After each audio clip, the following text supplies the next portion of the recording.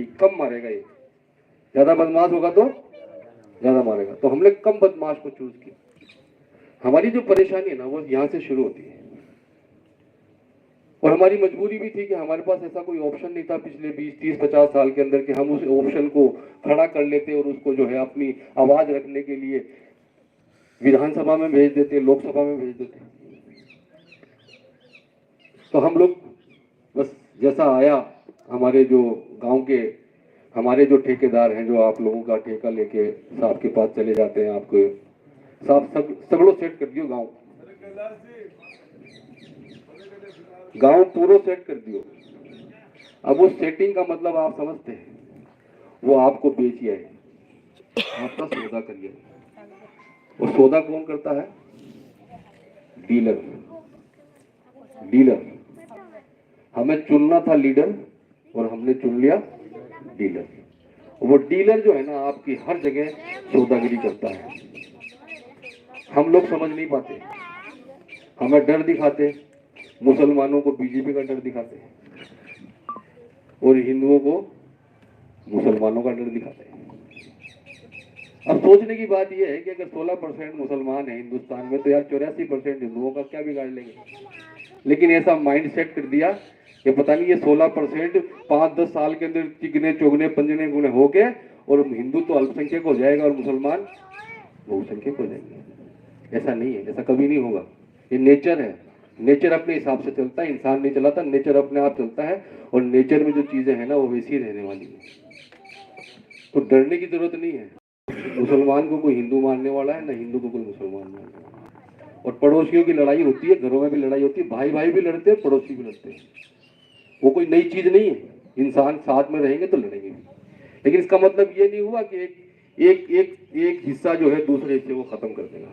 लेकिन इस तरीके की चीजें पैदा कर दी गई आपके और हमारे लोगों के बीच में। क्यों कर दी गई? ताकि इस तरीके से चीजों को बना दें कि ताकि जो है एक हिस्सा एक तरफ वोट डालने चले जाए, दूसरा हिस्सा दूसरी तरफ वोट डालने चला जाए। हम हमारी बेसिक मूलभूत जो आवश्यकताएं हैं, हमारी मूलभूत जो जरूरतें हैं, उनको भूल गए।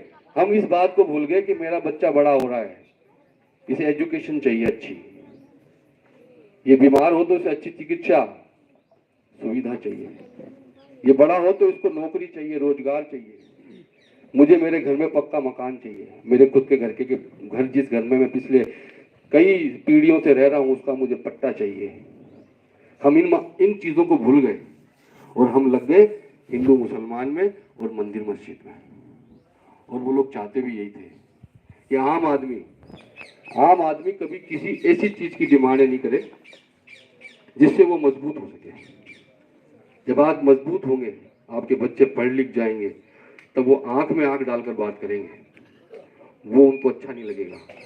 इसलिए वो चाहते हैं कि आपके बच्चे कमजोर ही रहें, सिर्फ वोटर बन के रहें।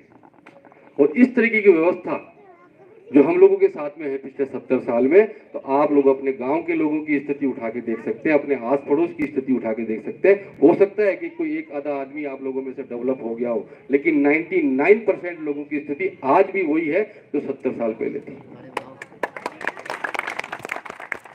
तो अगर हम चाहते हैं कि हमारा ये सिस्टम चेंज हो, अगर आप लोग ये चाहते हैं कि वो ताकतवर लोग आपके गांव के, आपके ग्राम के जो ताकतवर लोग जो इस पूरे गांव के मामलों को सेट करते हैं, चेक करते हैं, जिनके थ्रू वो काम चलते हैं, अगर आपको कोई काम है नेताजी से तो उनकी उपस्थिति जरूरी है।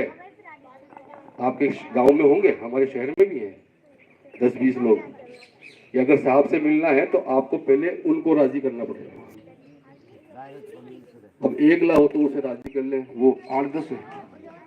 उसी तरीके से आपके गांव के में भी ऐसी व्यवस्था होगी डेफिनेटली कि आपको अगर कोई काम है तो आपको नेताजी के पास अगर जाना है तो पहले उनको ढूंढो। आपको 10-20 दिन वो घुमाएंगे, फिर 10-20 दिन बाद सीधे कांटेक्ट उनका भी नहीं, बता देता हूं मैं आपको, सीधे उनका भी मामला सेट नहीं है नेताजी के साथ। फिर वो अपने से बड़े वालों को ढूंढते हैं कि भाई जी मिलाओ ने, गांव वाला गेल बढ़ रहा है, फिर वो उससे बड़े वाला, यानी ये सीक्वेंस बनेगी 3-4 लोगों की। आपकी किस्मत है कि किसी एक पर्टिकुलर दिन वो तीनों चारों जो लाइन है, सीरीज है, वो चारों फ्री हो, फिर वो आप उनको लेके जाओगे अपने नेताजी के पास। फिर नेताजी का मूड की बात है।